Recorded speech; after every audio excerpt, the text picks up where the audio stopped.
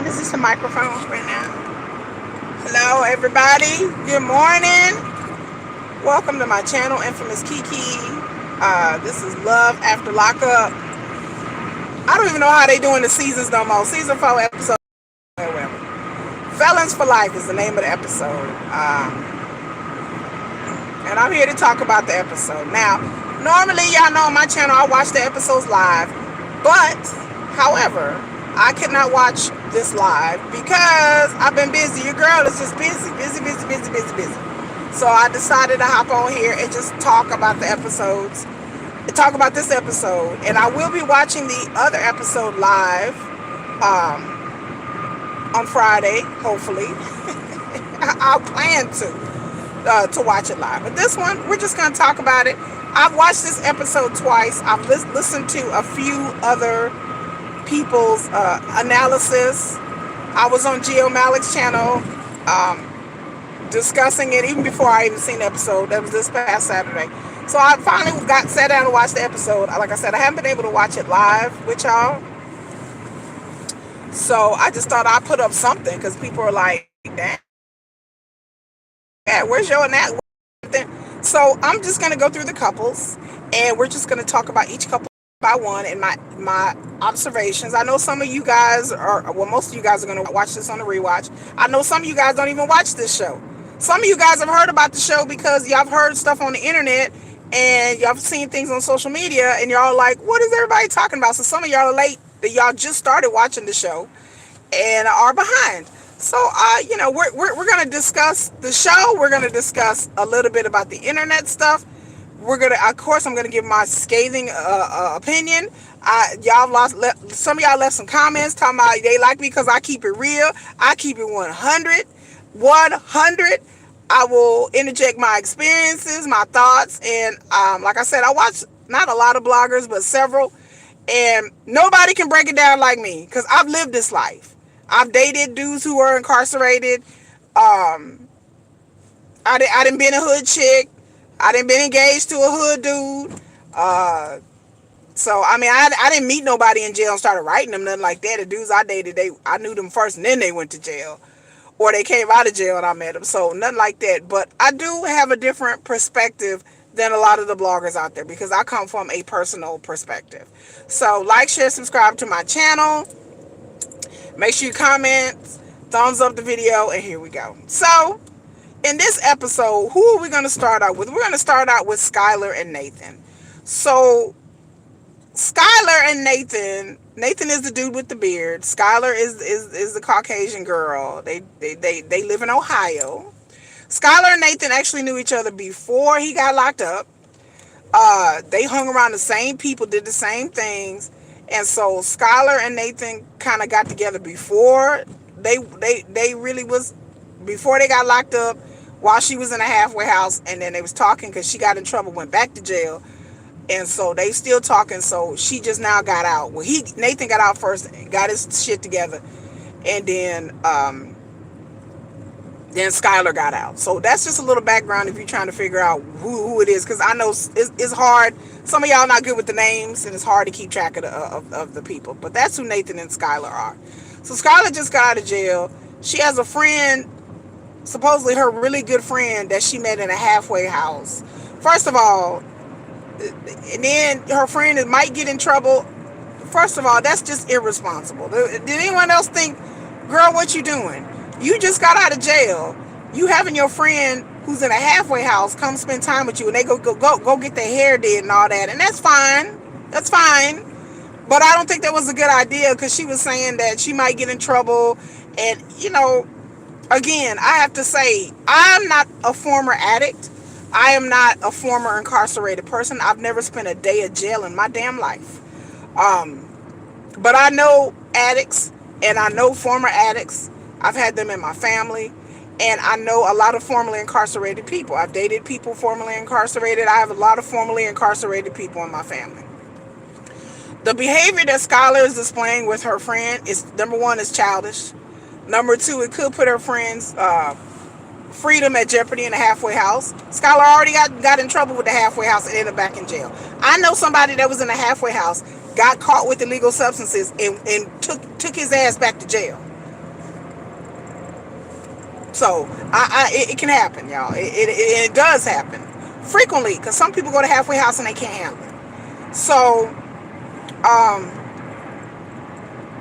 the fact that her and her friend would put her, like Skylar would even entertain that idea, has me know that what Skylar's mindset is. Her mindset is still a criminal, incarcerated addict's mindset. It's the level of defiance. It's the level of not thinking things through for me. That shows me that her mindset is still, she still needs some work. Okay, let's just put it that way. So they go get their hair did, whatever, and then she's talking about Nathan acting weird. Nathan is acting weird to me. Like, I was all behind Nathan in the beginning. Y'all know the first episode, I was like, okay, yeah. Now his behavior is just weird. And then so she's calling him, and he's not answering. And yeah, she's calling him, he's not answering. She's like, I don't understand why he's not calling me. When I was in jail, he was up my butt 24/7. Now I got out of jail and he act like he can't call me. So they trying to get a hold of him and he's not answering the phone. And so WeTV keep having this stupid cut of her going, oh my God. What I really think it is, I think Nathan is going to propose to her, and he was at the house trying to set things up to propose to her, and then she's going to come back and there's going to be balloons and candy and whatever, and flowers or whatever, and I think he's going to propose to her with the ring he got her. But to me, I would say my observation about Nathan and Skylar, they act weird to me. They act weird. And I asked somebody to watch their mannerisms, and then I was told that they act like addicts. Like, the things that they say and the things that they do is very classic addict behavior. I can't explain that. I don't know what that is. Again, like I said, I'm not an addict. I've never done drugs. I don't hang around people who do drugs like that. And so, but I was told from somebody who did have a substance abuse problem that they act like addicts. That and whether that's good or whether that's bad, it is what it is.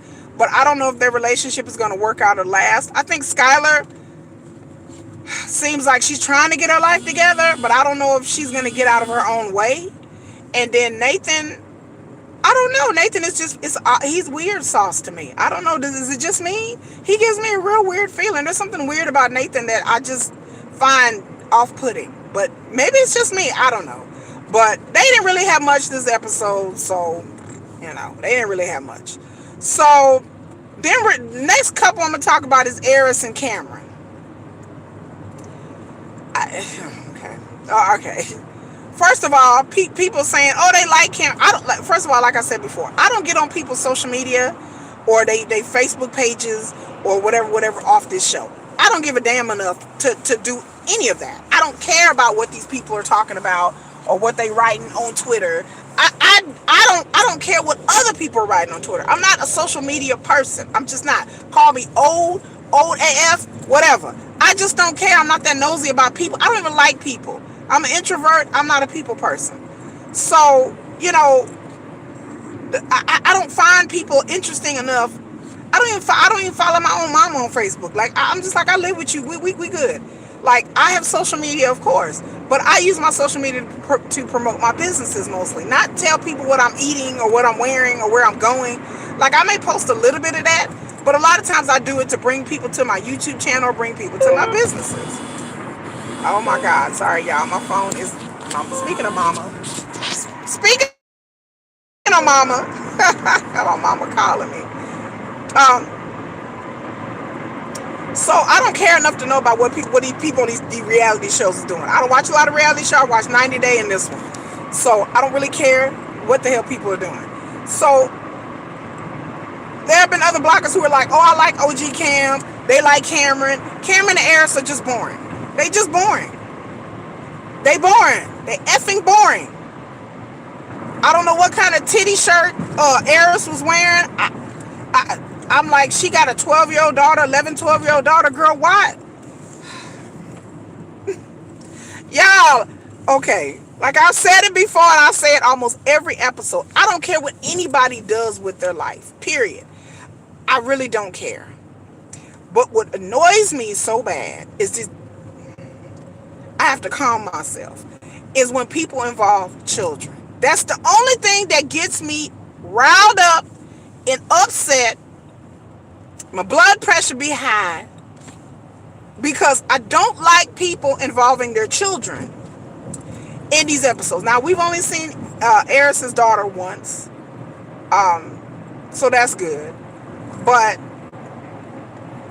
if I'm on a reality show and I have an 11, 12-year-old girl, why would that be an appropriate shirt to wear on camera? Why would that be appropriate? Even if I wasn't on a show, I would not wear that shit around my daughter, around my son. Like, why would I do that? I have 2 kids. I have a 9-year-old and a 12-year-old. I mean, your daughter is, I'm sure she's going to watch the show, or your daughter's friends, family, classmates are going to watch this show. I'm not here to embarrass my kids on camera. I'm not up on YouTube with my tig-old bitties in YouTube. I'm not up on YouTube twerking, which I know how to do.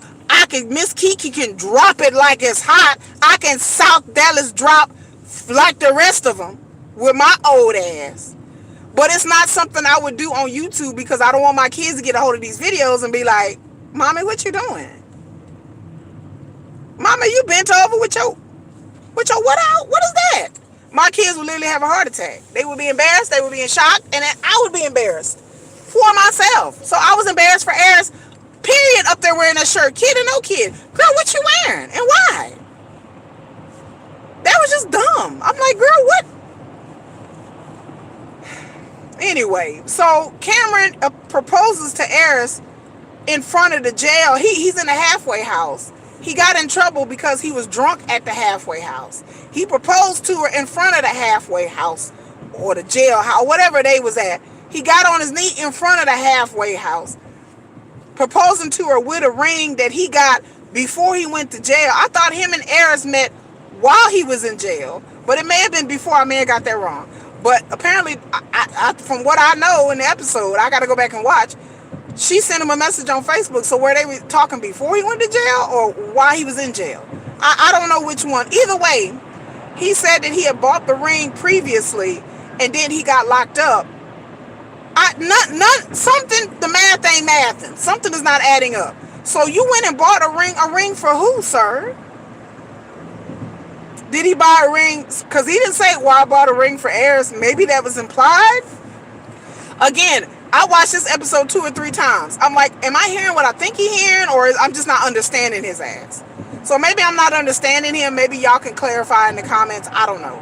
But all I know is that he got some ring that he bought before he got locked up. For who he bought the ring originally for, I don't know. Why would you go out and buy a ring and then, like I said, the timeline is not making any sense.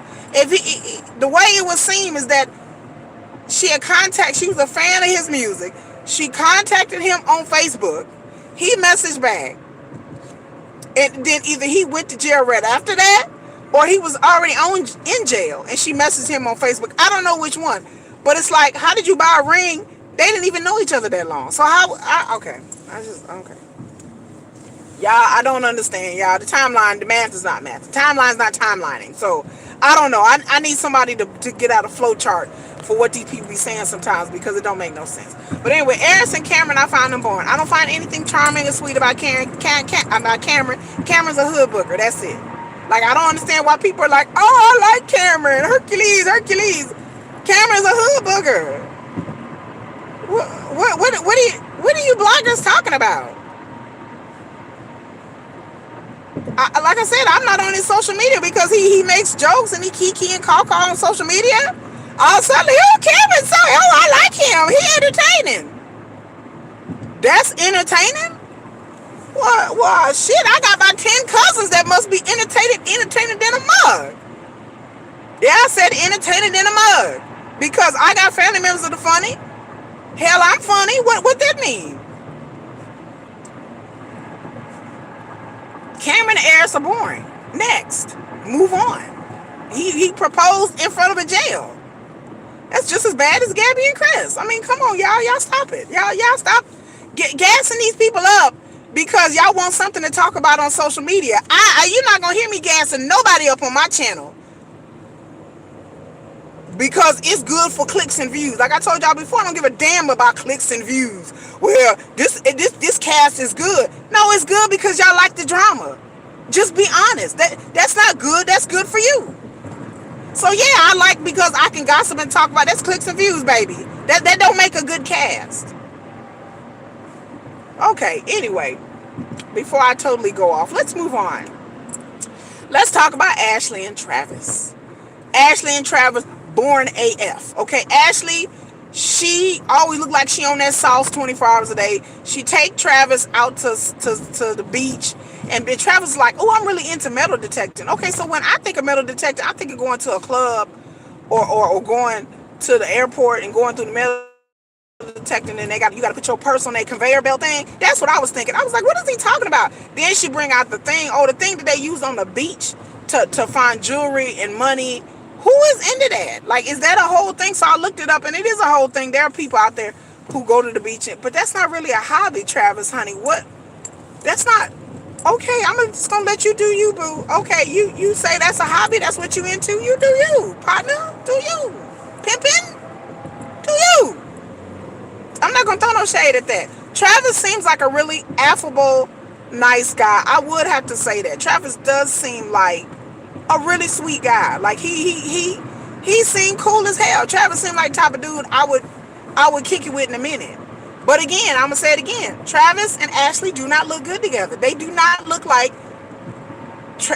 Ashley does not look like the type of chick that Travis would be with. I think Travis is very grateful. I've said this before in my other videos. I think he's happy. I think Travis is grateful. He should be. She didn't spend some bread on him. She done brought him to a nice house and everything like that. But again, Ashley talking about she got secrets. She got things she ain't really told Travis about the business. I'm like, girl, what you talking about? So we're going to see next episode. In my opinion, I think Ashley don't make the money that she's saying that she made. I think that the house may be a rental house. She may not be making the kind of bread that she led him to believe she was making with the jewelry business. We shall see. But she's like, okay, so they go out on the lake and they enjoy themselves and everything like that. And, Ashley is talking about she happy. I just, like I said, with my comment on that situation, I don't know how anybody can be happy with somebody and knowing that we going on the lake, we having a romantic dinner, and knowing that I paid for all of it. I'm not happy. Look, Miss Kiki, I said it before and I'm going to say it again. I don't break bread with nobody besides my kids and my mama. Let me say it again for the people in the back. Y'all got it? People in the back. I don't break bread with nobody besides my kids and my mama and my family every now and then if I'm trying to help them out. But I am not going to break bread with no dude. I'm not finna sit up here and pay for dates. I'm not finna sit up here and send you money. I'm not sitting up here and finna finance your whole life. No, Miss Kiki don't give dudes no money. I don't give no man no money. Ain't no man ask me for no money. I tell them straight up before we get to know each other and start dating. I'm not your sugar mama. I'm not your mama. I'm not your bank. I'm not your financier. Miss Kiki is none of those damn things. And don't want to be, honey. I'm not financing you. I don't care if we've been married. When I was married, me and my husband had separate bank accounts. Honey, please. He paid his half of bills. I paid my half of the bills. I stacked my paper. He stacked his. When it comes to relationships and marriage or whatever, I personally, for me, believe that separate but equal, bitch. Separate but equal. You got your account, I got mine. I think when I was married for 8 years. I don't think my husband even knew how much money I made. Why? Because when it comes to my money, honey, get that bread, I said. When it comes to my money, to me, my money is a very private and personal thing. Nobody really know how much money I make. My mama don't really know. My kids don't really know how much money I got in the bank. I throw little hints here and there. But to me, money is a very private thing. To me, in order for you to survive in this life, you have to have your own money. I tell my kids that all the time. My son is 12 years old and has got started his own bank account. I have a bank where kids can have a bank account. My son got his own bank account. He get a statement every month. He's learning.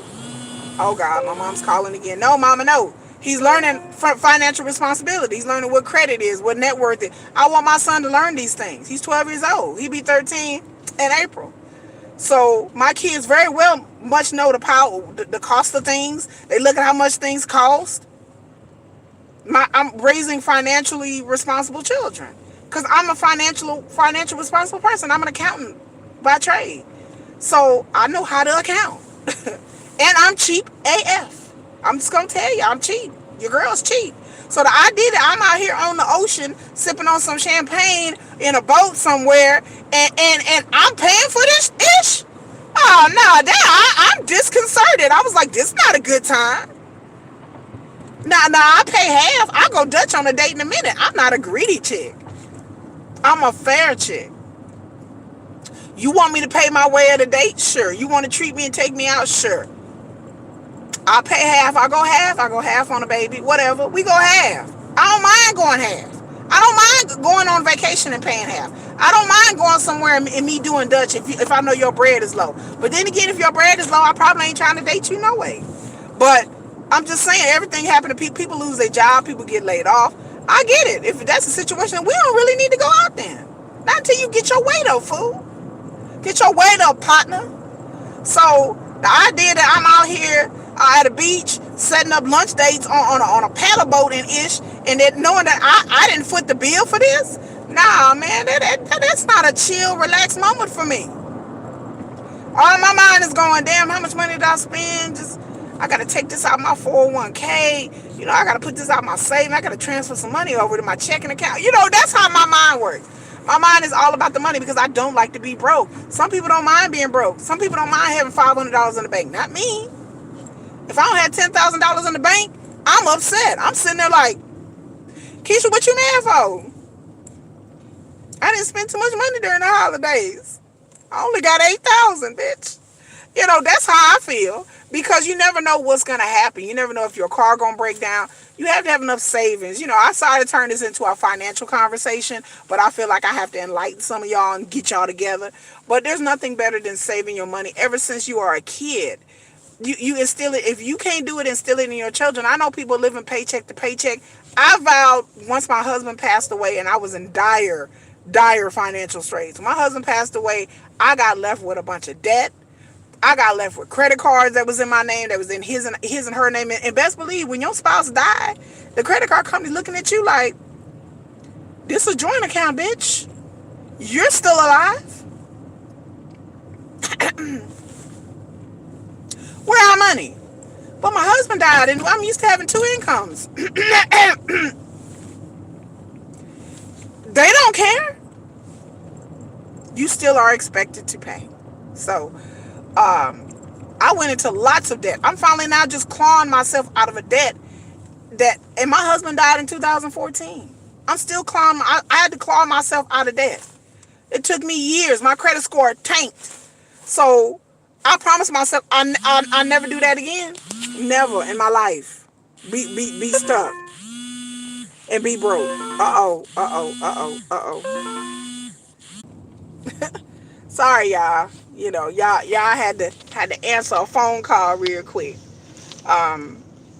So yeah, we're gonna end this live and we're gonna come back and do part 2.